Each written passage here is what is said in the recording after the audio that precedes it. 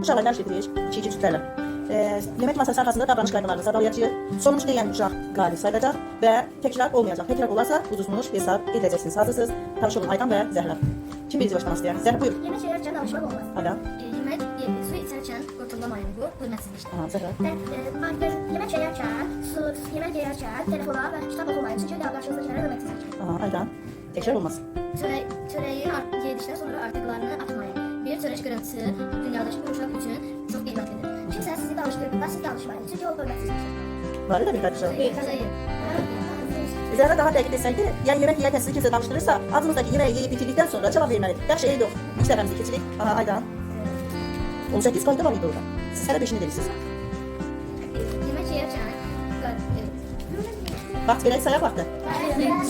1, 2, yemək yeyərkən ətini böyük tikələrlə doğramayın. Həm o soyuyor, həm də başqada sərbəst qoyun. Böyük qarşınızdan ət olarkən oradakiləri deyin, amma başqaları qarşınızdan əlinizi uzadıb götürün. Yəni bizə yaxın hansı yeməkdirsə, hansı hissədirsə, oradan götürməliyik. Bəli, qalxırıq, əlimizi uzadıb cəmaatın qabağına, üstə sanki üstündən uzamaq da düzdür. Bəli, olmaz. Aha, Aydan. Yemək yeyərkən əgər bir yeməyi doğramaq istəyirsə, çəngəli sol, bıçağı sağ əldə tutmalıdır. Zəhra. 1, 2, 3. Zəhra, bax bitti artıq. Qalib aynan sayıldı. Kim başlayır? Sen yaxşı birinci qaldı. Sıra içəndə xırtımlamayın. Yaxşı.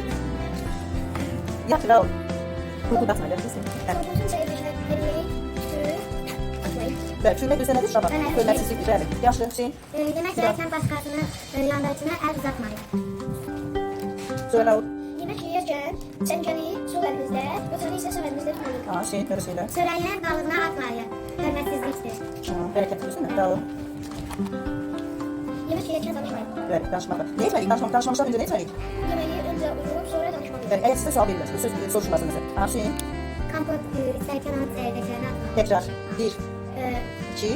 Yemək yeyərkən başqasının qabına əl uzatmayın. Başkası kabına yoktur, karşınızda olmayan, uzaktadırsa. Uzakta olmayan, uşakçı karşınızda yoktur. Uzakta. Başqasından istəyin. Xahiş etmek lazım. Ben kalırsa ötürsün. Nezaket kaydesine belli. Yaxşı, davul. Yeməğinizi bitirändə qonşu qablarınızı qonşunun tərəfə uzatmayın.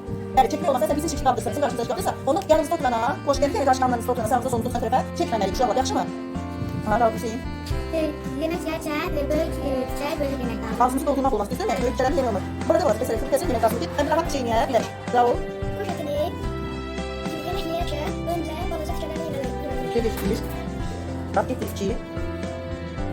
Masa qısmında Seni yayın. İnci. Uca sesini bilir. yemək yeyərkən telefonla Telefonu. Ay bundan olmaz böyle. Eline. Masa arxasında bir otunda bəzir. Aa, İnci. Bu da sesin sesi. Bu tut. Ha, tabii. Bu da var. Ondan sonra. Yemək yeyərkən ətin hissələrini kiçik şəkildə kəsməyin. Ha. Soğuk qoymaq olmaz. Sonra eline. Yemək yeyərkən